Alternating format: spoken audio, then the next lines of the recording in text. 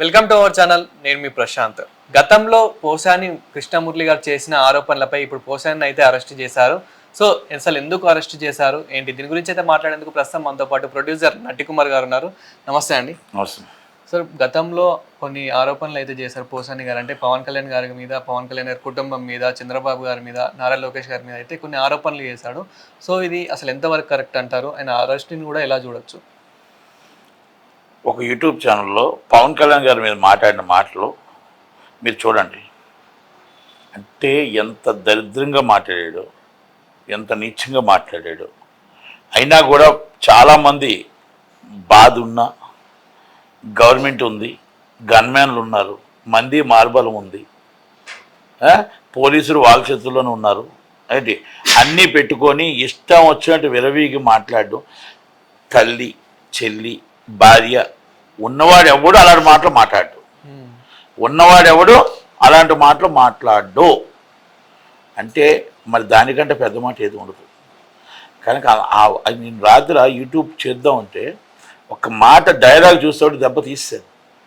అంటే నాకు వినటానికే అర్థం కావట్లేదు. అలాంటి మాటలు మాట్లాడిన వ్యక్తిని ముద్దు పెట్టుకుంటారా, అరెస్ట్ చేస్తారా? ఆయన్నేం కొట్టలేదు, ఆయన్నేం తిట్టలేదు, ఆయన్నేం అనలేదు. As per law, as a legal ఆయనకు ఒక వ్యక్తి, ఆయన అభిమానించే వ్యక్తి ఆ ఊర్లో కంప్లైంట్ ఇస్తే ఆయన station house office case register చేసి ఆ కేసు రిజిస్టర్ ప్రకారం అరెస్ట్ చేయడానికి వచ్చారు. అరెస్ట్ చేశారు. రిమాండ్ జడ్జి గారు అన్ని చూశారు, రిమాండ్ రిపోర్ట్ అంతా చదువుకొని రిమాండ్ చేశారు. అప్పుడు ఇక్కడ ఎక్కడ లాలోనే ఉంది కదా, లా ప్రొసీజర్లోనే ఉంది కదా. అర్ధరాత్రి 3 గంటలు రాలేదు కదా, 7 గంటల సమయంలో వచ్చారు, అరెస్ట్ చేశారు. 7-8 గంటల సమయంలో వచ్చారు, అరెస్ట్ చేశారు కదా. ఇంకెక్కడ తప్పు జరిగింది? గవర్నమెంట్ ఎక్కడ తప్పు చేయలేదు కదా. రెడ్ బుక్ అంటే రెడ్ బుక్ లాలోనే ఉంది కదా. రెడ్ బుక్ అంటే లా తప్పిన వాళ్ళకి మనం ఏమైనా ఇన్లీగల్గా చేస్తే రెడ్ బుక్ తప్పు అనొచ్చు. రెడ్ బుక్ కూడా యాజ్ పర్ లాలోనే వాళ్ళు తప్పు చేశారు కాబట్టి వాళ్ళ పేరుని రాసి ఉండొచ్చు. ఆ రెడ్ బుక్లో లాకి అనుకూలంగానే ఉంది కదా, మరి చట్టానికి అనుకూలంగానే ఉంది కదా. అంటే ఎక్కడ కూడా మీకు ఇన్లీగల్ లేదు కదా. రాజ్యాంగం ఏం నడుస్తుంది? రాజ్యాంగం ఏం చెప్తుంది? యాజ్ పర్ లా, యాజ్ చట్టం ప్రకారం మీరు నడవండి, రాజ్యాంగం మనకి ఇచ్చిన హక్కుని కాపాడండి అని చెప్తుంది. అంతే తప్ప మీరు ఇన్లీగల్ చేయమని ఎక్కడ ఇవ్వలేదు కదా, ఇన్లీగల్ ఎక్కడ చేయలేదు కదా. గతంలో మీలాగా ఒక మనిషిని తీసుకెళ్ళి, ఒక ఎంపీ గారిని తీసుకెళ్ళి అరెస్ట్ చేసి మొత్తం థర్డ్ డిగ్రీ చేసి ఇష్టం వచ్చి చంపబోయి ఈరోజు జైలు పాలైన వాళ్ళలాగా చేయలేదుగా.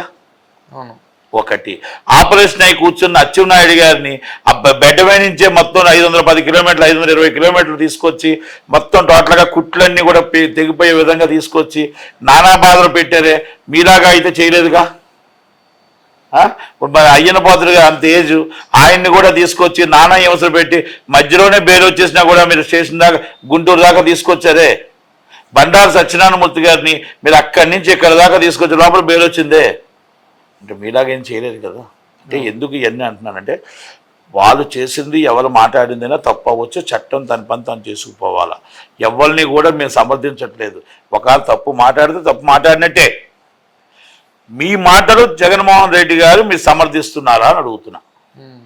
జగన్మోహన్ రెడ్డి గారు సూటిగా నేనేం అడుగుతున్నానంటే పోసాని కృష్ణమురళి గారి మాటలు సమర్థిస్తున్నారా అంటే నేను సమర్థిస్తున్నాను అని నేను మీ పార్టీకి అండగా ఉంటుంది, పార్టీ అండగా ఉంటుంది, మేము అండగా ఉంటున్నాం,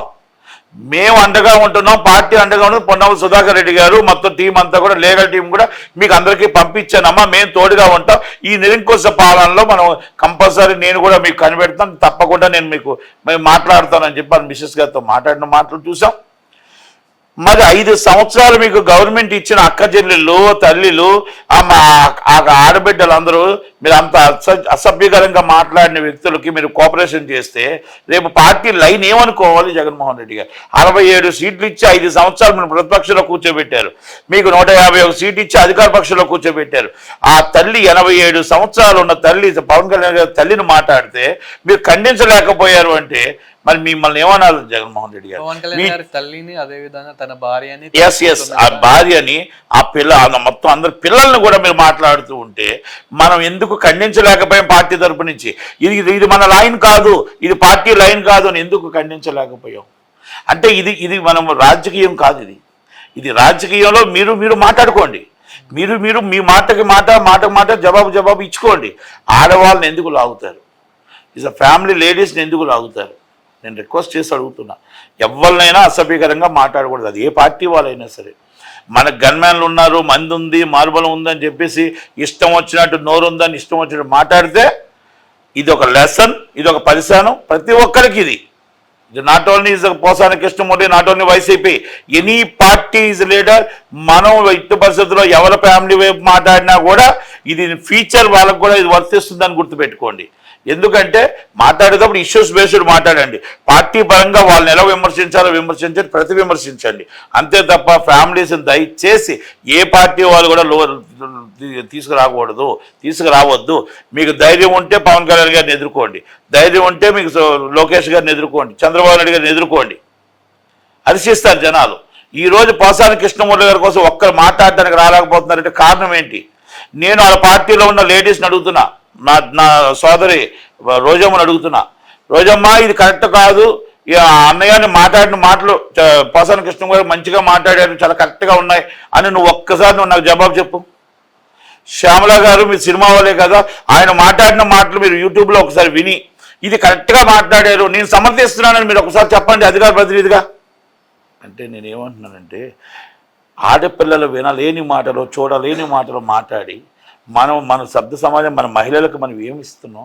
రేపు మన ఆడబిడ్డలు మనల్ని నిలబెట్టారు.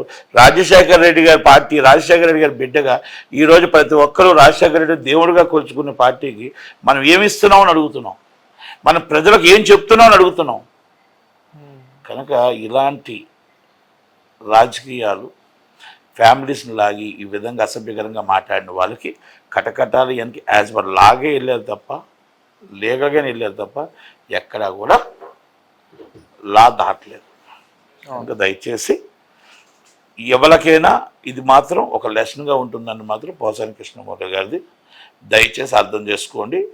యాజ్ పర్ లా రిమైండ్ చేశారు, వాళ్ళు బెయిల్ వేసుకుంటారు, వీళ్ళు కస్టడీ పిటిషన్ వేసుకుంటారు, ఆటోమేటిక్గా వాదపదాలు నడుస్తే చట్టం ఏం చెప్తే అది నడాలి, న్యాయం ఏం చెప్తే అది నడాల్సిందే, మనందరం ఉన్నాం. అంతే తప్ప ఎవరినైనా సరే అసభ్యకరంగా మాట్లాడొద్దని మాత్రం. గతంలో ఇదే విధంగా రోజా గారు కూడా మాట్లాడడం జరిగింది. సో కొడాలి నాని కూడా, పేర్ని నాని కూడా మాట్లాడింది. నెక్స్ట్ అరెస్ట్ అయ్యేది కొడాలి నాని, రోజా గారే అని చెప్పేసి ఇప్పుడు చాలా వైరల్ అవుతుంది. సార్, పోసాని కృష్ణమూర్తి గారి కోసం మాట్లాడుకుందాం. చట్టానికి ఎవరు అతిథులు కాదు, చట్టం తన పని తను చేసుకుపోతుంది. తప్పు చేస్తే చట్టం తన పని తను చేసుకుపోతుంది. నేను మళ్ళీ ఇంకో మాట చెప్తున్నా, అగైన్ మీకు రిక్వెస్ట్ అండి స్పీకర్ గారు స్పెషల్ డిస్కషన్ పెట్టండి మీరు. ఎందుకంటే ఇది మొత్తం టోటల్గా ఇది రాజకీయ ప్రేరేపిత అరెస్టులు అంటారు. అంటే ఒక పార్టీ వాళ్ళు ఇంకో పార్టీ వాళ్ళని తిట్టుకుంటూ అరెస్టులు అవుతున్న ఈ దాంట్లో తరుణంలో అసభ్యకరంగా మాట్లాడుకోవడం అవ్వచ్చు, ఇంకోటి అవ్వచ్చు. దీనివల్ల ప్రజల సొమ్ము నాశనం అయిపోతుంది, ప్రజల సొమ్ము వృధా అయిపోతుంది.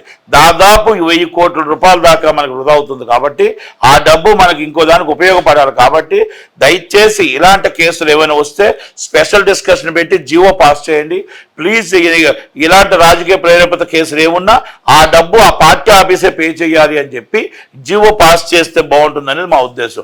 ఎందుకంటే ఏ గవర్నమెంట్ ఆస్తులు కానీ ధర్నాల్లో అట్లా చేస్తే గవర్నమెంట్కి ఆస్తులు మొత్తం డబ్బులు కట్టాలి అని ఏదైతే జీవో పాస్ అయిందో అలాంటిది ఇది కూడా జీవో పాస్ చేస్తే ఆ భయం అనేది ఉంటుంది, ఆ పార్టీ ఆఫీస్కి భయం ఉంటుంది. మన అరెస్ట్ అయితే రేపు తప్పు చేస్తే మన పార్టీ నుంచే డబ్బు కట్టాలి అన్న ఒక భయం ఉంటుంది. కనుక దయచేసి అసెంబ్లీలో, దేవాలయం అసెంబ్లీలో మరి ఇలాంటిది షార్ట్ డిస్కషన్ చేసి ఆ డిస్కషన్లో ఏమైనా జీవో పాస్ చేస్తే బాగుంటుందని మా విన్నపం. Thank you very much. Thank you.